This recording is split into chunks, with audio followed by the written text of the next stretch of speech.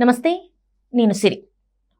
మాజీ intelligence chief AB వెంకటేశ్వర్ల గారికి అయితే నామినేటెడ్ పోస్ట్ ఏమిస్తారని చెప్పేసి చాలా రోజుల నుంచి అయితే చర్చనీయాంశమైంది. అయితే ఇప్పుడైతే కొంతమందికి మరి ఇవ్వడం జరిగింది. మరి ఇందులో కొన్ని ఇంకా కేటగిరీస్ అయితే ఉన్నాయి.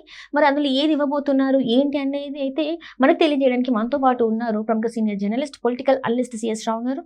నమస్కారం సార్. నమస్తే సార్, ఇప్పుడు చూస్తుంటే మాజీ ఇంటెలిజెన్స్ చీఫ్ ఎవరైతే ఉన్నారో ఏబి వెంకటేశ్వర్, తనకి గతంలో నుంచి కూడా అసలు ఒకవేళ నామినేటెడ్ పోస్ట్ వస్తే ఏది వస్తుంది అని చెప్పేసి చాలాసార్లు కూడా మనం మాట్లాడుకున్నాం, మనం చర్చించుకున్నాం. అయితే ఇప్పుడు మరి ఏమి ఇవ్వబోతున్నారు అనేది కూడా మళ్ళీ చర్చనీయాంశమైంది. ఇంతకు మరి అసలు ఏది ఇచ్చే ఛాన్స్ ఉంది సార్ నామినేటెడ్ పోస్ట్లో? ప్రత్యేకించి ఏబి వెంకటేశ్వర గారికి ఏ పోస్ట్ ఇవ్వబోతున్నారు అనే దాని మీద ఎందుకు మనం చర్చించుకోవాల్సి వస్తుంది, విశ్లేషణ చేసుకోవాల్సి వస్తుంది అని అంటే, ఆయన తెలుగుదేశం పార్టీ గవర్నమెంట్ ఉన్నప్పుడు ఇంటెలిజెన్స్ చీఫ్గా పనిచేశారు. ఆ తర్వాత ప్రభుత్వం మారింది 2019లో. మారినప్పుడు ఇమీడియట్గా జగన్మోహన్ రెడ్డి గారు టార్గెట్ చేసింది ఎవరంటే ఏబి వెంకటేశ్వర గారిని.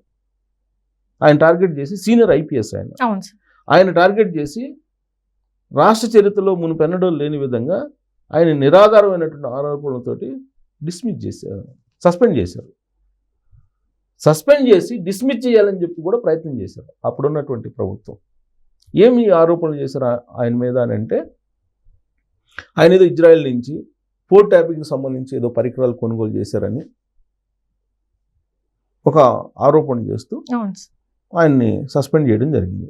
దాన్ని ఛాలెంజ్ చేస్తూ ఆయన కోర్టుకు వెళ్ళారు. కోర్టుకు వెళ్ళి గెలిచారు. కోర్టుకు వెళ్ళి గెలిచినప్పుడు కోర్టు ఆర్డర్ ప్రకారం మళ్ళీ విధుల్లోకి తీసుకోవాలి కదా. విధుల్లోకి తీసుకోకుండా మళ్ళీ సేమ్ అలిగేషన్స్ మళ్ళీ సస్పెండ్ చేశారు ఆయన్ని. అంటే జగన్మోహన్ రెడ్డి గారు మొత్తం టెన్యూర్లో అధికారంలో ఉన్నంతకాలం ఏబి వెంకటేశ్వర గారిని విధుల్లోకి చేరకుండా వెంటాడి వేటాడారు. నిబంధనలకు విరుద్ధంగా, చట్టాలకు విరుద్ధంగా, ఈవెన్ కోర్టులు చెప్పినా కానీ విధుల్లోకి తీసుకోవాలి జగన్మోహన్ రెడ్డి గారు.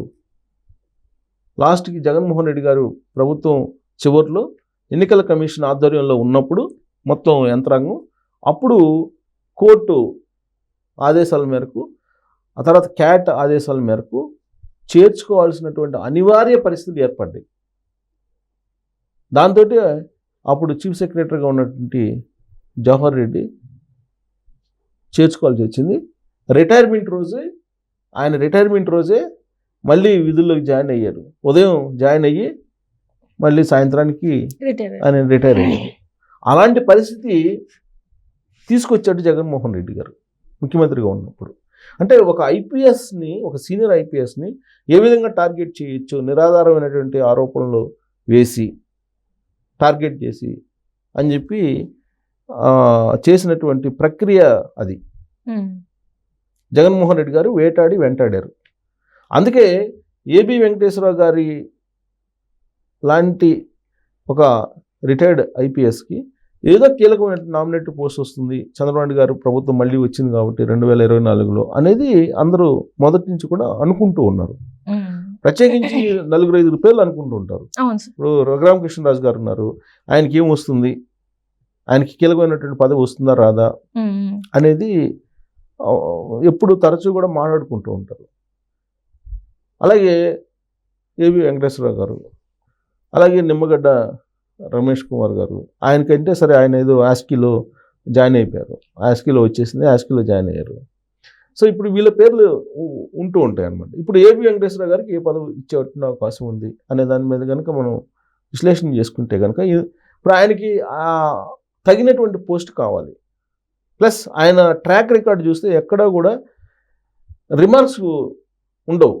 జగన్మోహన్ రెడ్డి గారు పెట్టినటువంటి రిమార్క్స్ తప్ప ఉద్దేశపూర్వకంగా మిగతా ఎక్కడ కూడా ఆయన టెన్యూర్లో, ఆయన కెరీర్లో ఎక్కడ కూడా బ్లాక్ స్పాట్స్ కనిపించవు. సో నిజాయితీగా ఉంటారు, ప్లస్ డ్యూటీలో నిక్కచ్చిగా ఉంటారు.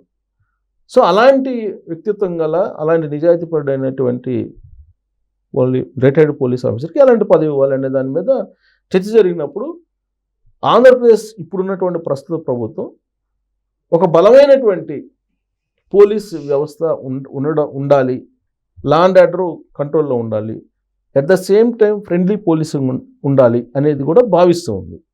అందుకే చంద్రబాబు నాయుడు గారు మొదటి నుంచి చెప్తుంటారు, ఎవరిని శిక్షించినా చట్ట ప్రకారమే ఉంటుంది, చట్టానికి లోబడే మేము చర్యలు తీసుకుంటామని చెప్తున్నారు. ఆ చట్టాన్ని కాపాడాల్సినటువంటి పరిస్థితుల్లో ఎవరైనా సరే దాన్ని లక్ష్మణ రేఖను దాటితే ఇమీడియట్గా చర్యలు తీసుకునేటువంటి ఒక అథారిటీ ఉంటుంది. దాన్నే స్టేట్ పోలీస్ కంప్లైంట్ అథారిటీ. ఈ స్టేట్ పోలీస్ కంప్లైంట్ అథారిటీకి ఒక శానిటీ ఉంది. ఎందుకు శానిటీ ఉంది అని అంటే, ఏ పోలీస్ ఆఫీసర్ మీదైనా కానీ వాళ్ళు కనుక నిబంధనలకు విరుద్ధంగా వ్యవహరించినప్పుడు ఇమీడియట్గా స్టేట్ పోలీస్ కంప్లైంట్ అథారిటీకి కనుక కంప్లైంట్ చేస్తే వాళ్ళ మీద యాక్షన్ తీసుకునేటువంటి అవకాశం ఉంది. అలాంటి పోలీస్ కంప్లైంట్ అథారిటీ లేనందువలనే జత్వానీ లాంటి కేసు జరిగినప్పుడు ఆ జత్వానీ కేసులో ఐపీఎస్లు ఎవరైతే సీతారామాంజనులు, కాంతిరాణ్ తాత, గున్ని వీళ్ళందరూ అసలు నిబంధనలను పక్కన పెట్టేసి జగన్మోహన్ రెడ్డి ఏం చెప్తే అది చేసినటువంటి పరిస్థితి ఇప్పుడు తాజాగా వెలుగులోకి వచ్చింది కదా. జత్వానీ మళ్ళీ కేసు కంప్లైంట్ చేస్తే ఆ కంప్లైంట్ బేస్ చేసుకుని విచారిస్తే స్రవంతి రాయ్ ఆధ్వర్యంలో విచారణ చేస్తే మొత్తం విషయాలు బయటకు వచ్చింది కదా. అసలు కంప్లైంటే ఫేక్. ఆ ఫేక్ ఆధారాలతోటి అసలు ఏమీ ఆధారం లేకుండా ఒక క్రియేషన్ చేసి కంప్లైంట్ చేశారు. క్రియేషన్ చేసినటువంటి కంప్లైంట్ని ఎఫ్ఐఆర్ చేశారు. ఎఫ్ఐఆర్ చేసి నిబంధనలకు విరుద్ధంగా జత్వానీ ఫ్యామిలీని తీసుకొచ్చి గెస్ట్ హౌస్లో పెట్టి దారుణమైనటువంటి హింస పెట్టడంతో పాటు అసలు చేయరానటువంటి చెప్పరానటువంటి విధంగా ఆవిడ్ని ఇబ్బందులు పెట్టారు అని చెప్పి బయటపడింది. దాంట్లో భాగంగా 3 ఐపీఎస్ని సస్పెండ్ చేశారు. ఇది జత్వానీ కేసుకు సంబంధించి.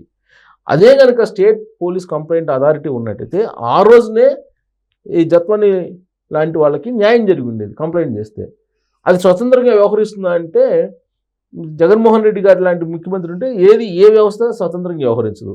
అథారిటీ కూడా జగన్మోహన్ రెడ్డి గారు ఏది చెప్తే అది వినుండేది. సో కాబట్టి ఇప్పుడు అథారిటీకి ఉన్నటువంటి పవర్స్ ఏంటంటే, ఐపీఎస్ల మీద ఎవరిమైనా సరే ఒకవేళ నిబంధనలకు విరుద్ధంగా కనుక సామాన్యమైనటువంటి పౌరుల మీద కేసులు పెట్టి ఒకవేళ ఇబ్బందులు పెడితే ఇమీడియట్గా వాళ్ళ అక్కడ అథారిటీపై కంప్లైంట్ చేస్తే వాళ్ళ మీద విచారణకు ఆదేశించవచ్చు. ప్లస్ స్టేట్ అథారిటీకి ప్యారలల్గా స్టేట్ అథారిటీ కింద డిస్ట్రిక్ట్ పోలీస్ కంప్లైంట్స్ అథారిటీస్ ఉంటాయి. అంటే డిస్ట్రిక్ట్లో ఎవరైనా సరే ఎస్ఐ నుంచి సిఏ దాకా లేదా కానిస్టేబుల్ ఎస్పీ మీద కూడా కంప్లైంట్ చేయొచ్చు. అడిషనల్ ఎస్పీ దాకా కంప్లైంట్ చేయొచ్చు. ఎస్పీ మీద కంప్లైంట్ చేయొచ్చు. చేస్తే ఇమీడియట్గా అథారిటీ రంగంలో దిగి వాళ్ళని విచారిస్తుంది. అది అంత అప్పుడు సామాన్య పౌరులు ఎవరైనా సరే, ఇప్పుడు మనం పోలీస్ స్టేషన్కి వెళ్తాం. పోలీస్ స్టేషన్కి వెళ్ళినప్పుడు చాలామంది పోలీసుల బిహేవియర్ ఏ విధంగా ఉంటుంది, చాలా రూడ్గా ఉంటుంది. ఈ ఫ్రెండ్లీ పోలీసింగ్, ఆ రూడ్నెస్ లేకుండా ఫ్రెండ్లీ పోలీసింగ్ తీసుకురావాలని చెప్పి యునైటెడ్ ఆంధ్రప్రదేశ్లోనే చంద్రబాబు నాయుడు గారు ప్రయత్నం చేశారు. అప్పట్లోనే ఆయన ప్రత్యేకమైనటువంటి సెల్స్ని ఏర్పాటు చేసి ఫ్రెండ్లీ పోలీసింగ్ కావాలని చెప్పి అప్పట్లోనే పెట్టారు. కానీ ఆయన ఆలోచన నెరవేరలా. ఎందుకంటే 2004లో ఆయన దిగిపోవాల్సి వచ్చింది. 2014లో మళ్ళీ విడిపోయిన ఆంధ్రప్రదేశ్కి ముఖ్యమంత్రి అయ్యారు. ఇప్పుడు మళ్ళీ రెండోసారి అయ్యారు అనుకోండి. అప్పట్లోనే ఆయన కొన్ని ఫ్రెండ్లీ పోలీసింగ్ అనే దాని మీద చాలా సంస్కరణలు తీసుకొచ్చేటువంటి ప్రయత్నం చేశారు పోలీసింగ్లో. ఇప్పుడు ఆంధ్రప్రదేశ్లో కూడా ఫ్రెండ్లీ పోలీసింగ్ రావాలని అంటే కనుక ఈ స్టేట్ పోలీస్ కంప్లైంట్స్ అథారిటీ అనేది ఉండాలి. దానికి పర్ఫెక్ట్ పర్సన్ కనుక ఎంపిక చేస్తే పోలీస్ కంప్లైంట్స్ అథారిటీకి చైర్మన్, మెంబర్స్ కూడా ఉంటారు. ఒక 3 మెంబర్స్, చైర్మన్ కూడా ఉంటారు. సో ఆ కమిటీని కనుక వేస్తే, ఆ కమిటీకి తగినటువంటి పర్సన్స్ని వేస్తే ఫ్రెండ్లీ పోలీసింగ్ అనేది ఆటోమేటిక్గా వచ్చేస్తుంది. ఈ పోలీసులు ఎవరైనా సరే నిబంధనలకు విరుద్ధంగా వ్యవహరించినప్పుడు దాంట్లో కంప్లైంట్ వెళ్తే మొత్తాన్ని విచారించవచ్చు. గతంలో ఇబ్బంది పెట్టినటువంటి వాళ్ళ మీద కూడా చేయొచ్చు. ఇప్పుడు 2019 నుంచి 2024 వరకు చాలామంది ఇబ్బంది పడ్డారు. ఇవాళ ప్రజా దర్బార్కి వచ్చినాయి కదా కంప్లైంట్స్. ప్రజా దర్బార్కి అనేకమైన కంప్లైంట్స్ వస్తున్నాయి. ఇప్పుడు ల్యాండ్ గ్రాబింగ్ చేశారు, దానికి సహకరించారు. ఇప్పుడు సపోజ్ విడుదల రజనీ గారు ఉన్నారండి, మాజీ మంత్రి. ఆవిడ డబ్బులు వసూలు చేశారు, బ్లాక్మెయిల్ చేశారని చెప్పి కంప్లైంట్ చేశారు. ఇప్పుడు జాషువా ఐపీఎస్ దానికి కోఆపరేట్ చేశారు. ఆ రోజు విజిలెన్స్ ఎస్పీగా ఉన్నారు. ఆయనే ఈ మొత్తం స్టోన్ కసర్ దగ్గర డబ్బులు వసూలు చేయడానికి, బ్లాక్మెయిల్ చేసడానికి ఉపయోగపడ్డారు అనేది కంప్లైంట్. ఇప్పుడు మరి జాషువా ఐపీఎస్ మీద కంప్లైంట్ చేయాలి కదా. సో కంప్లైంట్ చేయాలంటే ఆ రోజు ఇప్పుడు ఇదే కనుక స్టేట్ పోలీస్ కంప్లైంట్స్ అథారిటీ ఉంటే ఈ జాషువా మీద కంప్లైంట్ చేయొచ్చు. కంప్లైంట్ చేస్తే వాళ్ళు విచారణకు ఆదేశిస్తారు. సో కాబట్టి 2014 నుంచి 2024 వరకు ఏ పోలీస్ స్టేషన్లో ఏ విధంగా పోలీసులు వ్యవహరించారనేది కంప్లైంట్ చేసి ఇవాళకి కూడా స్టేట్ పోలీస్ కంప్లైంట్స్ అథారిటీకి ఖచ్చితంగా వాళ్ళు విచారణకు ఆదేశించవచ్చు. రైట్. సో కాబట్టి ఏబి వెంకటేశ్వరరావు గారికి కనుక ఆ state police complaints authority chairman చేసేసి దానికి కనుక కమిటీని ఏర్పాటు చేస్తే ఈ ఎవరెవరైతే నిబంధనలకు విరుద్ధంగా పోలీసులు వ్యవహరించారో వాళ్ళందరి యొక్క వ్యవహారం బయటకు వచ్చేటువంటి అవకాశం ఉంది. అప్పుడు ఫ్రెండ్లీ పోలీసింగ్ అనేది వస్తుంది. 1, 2 లాకప్ డెత్లు కానీ, 3rd డిగ్రీ ప్రయోగించడం కానీ, తర్వాత మిస్బిహేవ్ చేయటం కానీ, ఏదైనా సరే వాళ్ళ మీద కంప్లైంట్ చేయొచ్చు. రైట్. సో కాబట్టి డిస్ట్రిక్ట్ పోలీస్ కంప్లైంట్స్ అథారిటీస్ ఉంటాయి, స్టేట్ పోలీస్ కంప్లైంట్స్ అథారిటీ ఉంటుంది కాబట్టి దానికి అనుబంధంగా ఇవి కూడా ఉంటాయి. కాబట్టి ఫ్రెండ్లీ పోలీసింగ్ ఉపయోగపడేలాగా దాన్ని కనుక స్ట్రెంథన్ చేసి ఏబి వెంకటేశ్వరరావు గారి లాంటి వాళ్ళని దానికి కనుక బాధ్యతలు అప్పచెప్పి చైర్మన్గా ఇచ్చేస్తే ఆయన చంద్రబాబు నాయుడు గారు ఏం ఆశిస్తున్నారో అదంతా కూడా ఆంధ్రప్రదేశ్లో సాకారం అయ్యేటువంటి అవకాశం ఉంది. అందుకే ఏబి వెంకటేశ్వరరావు గారికి ఆ పదవి వచ్చేటువంటి అవకాశం ఉంది. రేపో మాపో ఉత్తర్వులు కూడా వచ్చే అవకాశం ఉందని చెప్పి తెలుస్తుంది. మరి ప్రభుత్వం బహుశా చివరి నిమిషంలో మార్చుకుంటుందా లేకపోతే అదే ఆలోచనతోటి ఇస్తారనేది మనం వెయిట్ అండ్ సీ.